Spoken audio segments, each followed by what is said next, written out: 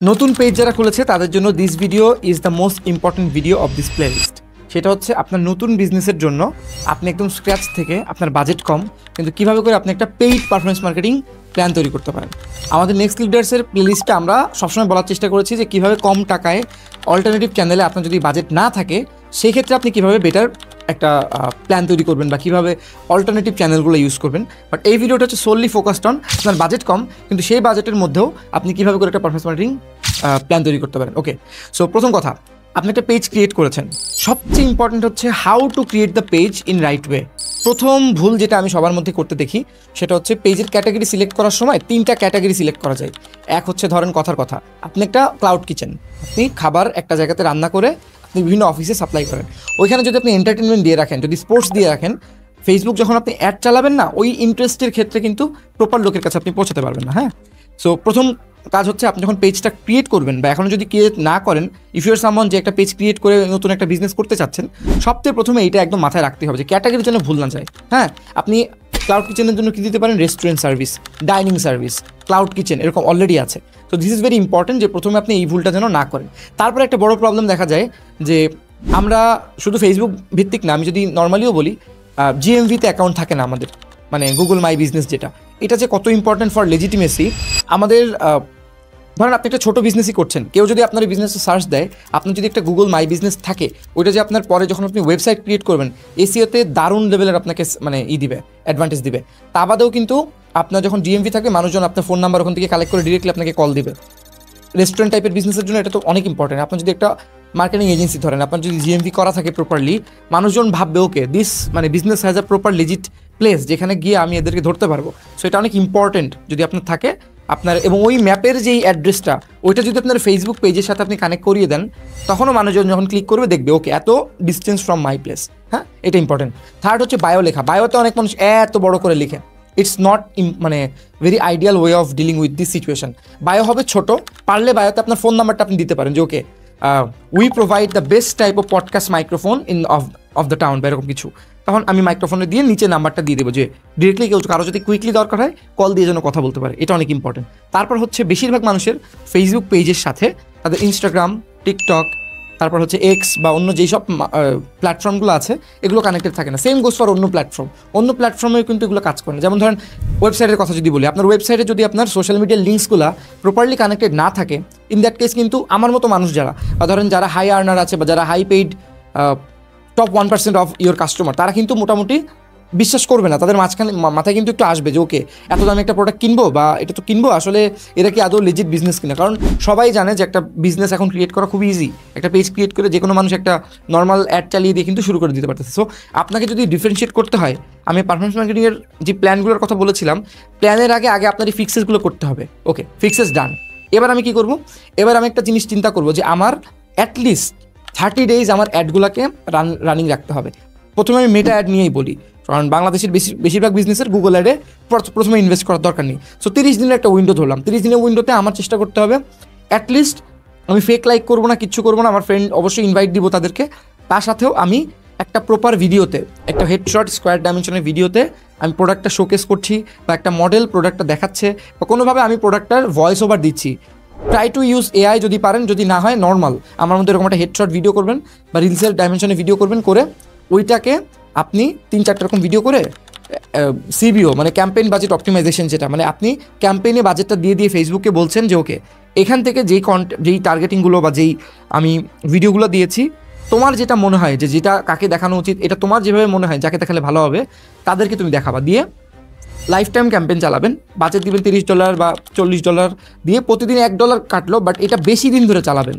একটা যদি বেশি দিন চলে তাহলে অ্যাটলিস্ট আপনার মানে সিস্টেমে ডেটা যাবে যে ওকে এরা একটা legit business, they started very soon, but এরা একদিনের মধ্যে লাগে $100 চাচ্ছে না, $100 খরচ করছে না।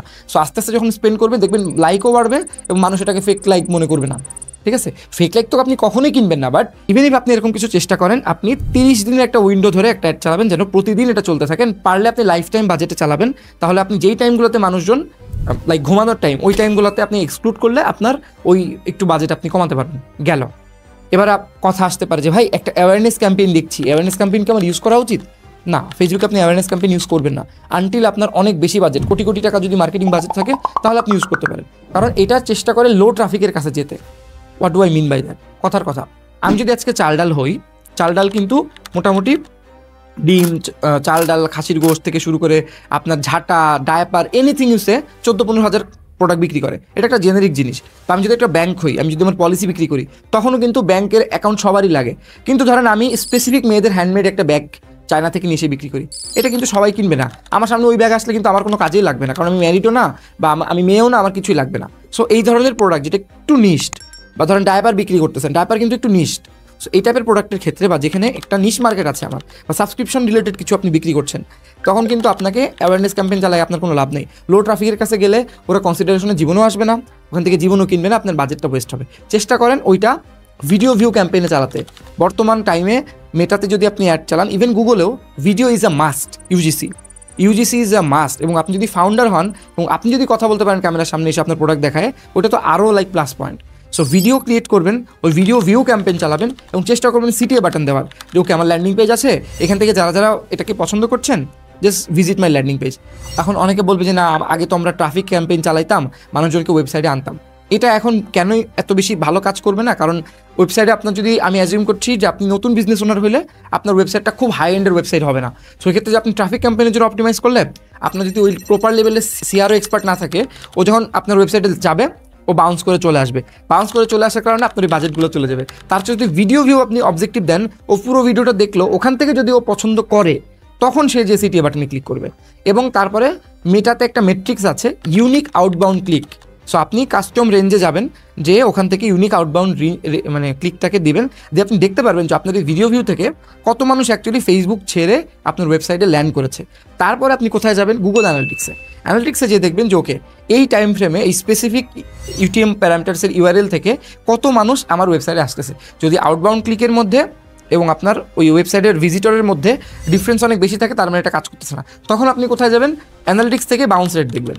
বাউন্স রেট দেখলে দেখতে পারবেন যে আসলে কি হচ্ছে না হচ্ছে। তখন আস্তে আস্তে আপনি ওয়েবসাইটের ওই মানে একটু স্পিড বাড়াবেন, এগুলো নিয়ে কাজ করবেন। আমি জটিল করতেছি, বাট মোদ্দা কথা হচ্ছে ভিডিও ভিউ ক্যাম্পেইন চালাবেন। তাহলে একটা পেজ লাইক, একটা ভিডিও ভিউ ক্যাম্পেইন, তারপর যে আপনার একটা ম্যানুয়াল, এই দুটো তো চললো, ম্যানুয়াল একটা মেসেজ ক্যাম্পেইন চালাবেন, যেখানে খুব হাইপার টার্গেটিং আপনি ইউজ করবেন। এবং মেসেজ ক্যাম্পেইনে আপনি কি করবেন? আপনি ওখানে অটোমেটেড মেসেজ দিয়ে দেবেন, যে ওকে অর্ডার করতে চাই, দিলে যেন আপনার ম্যানুয়াল লিখতে না, হ্যাঁ অর্ডার করুন, এই লিঙ্কে ক্লিক করুন, এগুলো করতে না হয়, প্রপার লিখে দেবেন যে ওকে এটার দাম এত, এটার দাম এত, এটার দাম এত, এরকম। তারপর হচ্ছে চেষ্টা করবেন কনভারসেশন যত কম করা যায়। কনভারসেশন কম করে এখানে ফোন নাম্বার দিয়ে দেবেন, একটা হোয়াটসঅ্যাপ দিয়ে দেবেন, যেন কেউ চাইলে ডিরেক্টলি ওখানে ক্লিক করে আপনাকে কল করে ফেলতে পারে। বিকজ অনেক সময় মানুষজন যখন রাশে থাকে, ওই একটা সেলের জন্য সে ওই যে টাকাটা, ওই যে 500 টাকা সে প্রোডাক্টটা কিনবে বা 2000 টাকার প্রোডাক্টটা কিনবে, সে আপনি বাদে আপনি চিন্তা করেন আরও 5 জায়গায় সে নক করেছে অলরেডি। সো যে তাড়াতাড়ি প্রপারলি ওকে রেসপন্ড করবে, ও তো কিন্তু তাকে বিক্রি করবে। সো এটা অনেক ইম্পর্টেন্ট। সো মেসেজ ক্যাম্পেইন আপনি চালাবেন কত দিনের? অ্যাটলিস্ট 14 দিনের, প্রতিদিন $2, বেশি না। আমি এখানে এমন একটা সিচুয়েশন ইমাজিন করছি যেখানে আপনি নতুন বিজনেস ওনার, আপনার কাছে খুব বেশি বাজেট নাই। সো তখন $2 করে 14 দিন $28। এবং ওইটাও আপনি এমন টাইমে দিবেন না যে টাইমে আপনি 10 মিনিট 5 মিনিটের মধ্যে রেসপন্ড করতে না পারেন। সো আপনি কী করবেন? সকাল 9টা থেকে সন্ধ্যা 6:30 7টা পর্যন্ত দিবেন, যখন আপনি অ্যাক্টিভ থাকেন। ওই টাইমটাই শুধু মেসেজ ক্যাম্পেইন চলবেন। সো এই তিনটা, মনে করেন 3টা ক্যাম্পেইন, পেজ লাইক, একটা ভিডিও ভিউ, একটা মেসেজ ক্যাম্পেইন চলছে। এবার আপনি যেটা করবেন, এবার একটা ম্যানুয়াল সেল ক্যাম্পেইন চালাবেন। এই ম্যানুয়াল সেল ক্যাম্পেইনটায় 2টা অ্যাডসেট থাকবে। একটা অ্যাডসেট থাকবে কি একটু ওপেন, সবাইকে টার্গেট করতেছি। আরেকটা অ্যাডসেট থাকবে কি রিটার্গেটিং, যারা আপনাকে মেসেজ দিয়েছে, যারা আপনার পেজে লাইক করেছে এবং যারা মোটামুটি ওয়েবসাইট ভিজিট করেছে, যারা যারা ইনস্টাগ্রামে লাইক করেছে, এই সবাইকে আপনি ওইখানে একটা অফার সহ ট্রাই করবেন রিটার্গেট করার। রিটার্গেট এবং এই ওপেন টার্গেটিং যে ক্যাম্পেইনটা, ওইটা চলবে আপনার অ্যাটলিস্ট 15 দিন। সো এই যে ওভারঅল আপনি 4টা ক্যাম্পেইন চালায় 1 মাস দেখবেন, অ্যাটলিস্ট $100 খরচ করবেন। তারপর আপনি বুঝতে পারবেন যে আসলে কি হচ্ছে কিনা। এখানে আপনার গোল হচ্ছে জাস্ট ওই $100 পরিমাণ সেলটা জেনারেট করা, নট লাইক যে ওকে এই $100 খরচ করতেছি, আমার এক্সপেকটেশন $10,000 লাগবে। আমরা এরকম অনেক ক্লায়েন্টের সাথে কথা বলি যাদের মেইন ব্যাপারটা হচ্ছে লোভ কাজ করে, যে ওকে ভাই আমি আপনার 3টা ল্যান্ডিং পেজ বানাই দিব, 3টা ডিফারেন্ট টাইপের প্রোডাক্ট থাকবে, এত টাকা দিব। দিস ইজ ভেরি রং আমার কাছে মনে হয়, কারণ আমরা ব্র্যান্ডিং, প্রপার একটা ব্র্যান্ড ক্রিয়েট করাতে হেল্প করতে চাই আমাদের নেক্সট লিডার্স থেকে। সো মেইন পয়েন্টটা হচ্ছে you have to be patient. এবং এই যে প্ল্যানটা বললাম 4টা ক্যাম্পেইন, কীভাবে করতে হবে এই সব ব্যাপারে যদি আরও ডিটেল লাগে এই প্লেলিস্টেই আমি এগুলো দিয়ে দিব। লাইভ আমার কিছু ভিডিও আছে কীভাবে করতে হয় সেগুলো আপনি দেখতে পারেন। মোদ্দা কথা হচ্ছে আপনি যদি আমার এই পুরো ভিডিওটার সামারিটা একটু লিখে ChatGPT-র কাছেও জিজ্ঞেস করেন যে এই তো প্ল্যানটা শুনলাম, এই প্ল্যানটা থেকে আমি কীভাবে এক্সিকিউট করব, এটাও কিন্তু ওরা আপনাকে স্টেপ বাই স্টেপ বাংলায় বলে দেবে। মোদ্দা কথা হচ্ছে যে আপনাকে চেষ্টা করতে হবে যে আপনি অনেক শর্ট বাজেটে থাকলেও জাস্ট র্যান্ডম বুস্ট করে বসে থাকবেন না, আপনি প্রপার একটা পারফরমেন্স মার্কেটিং প্ল্যান করবেন, করে যে আপনি কাজটা করবেন।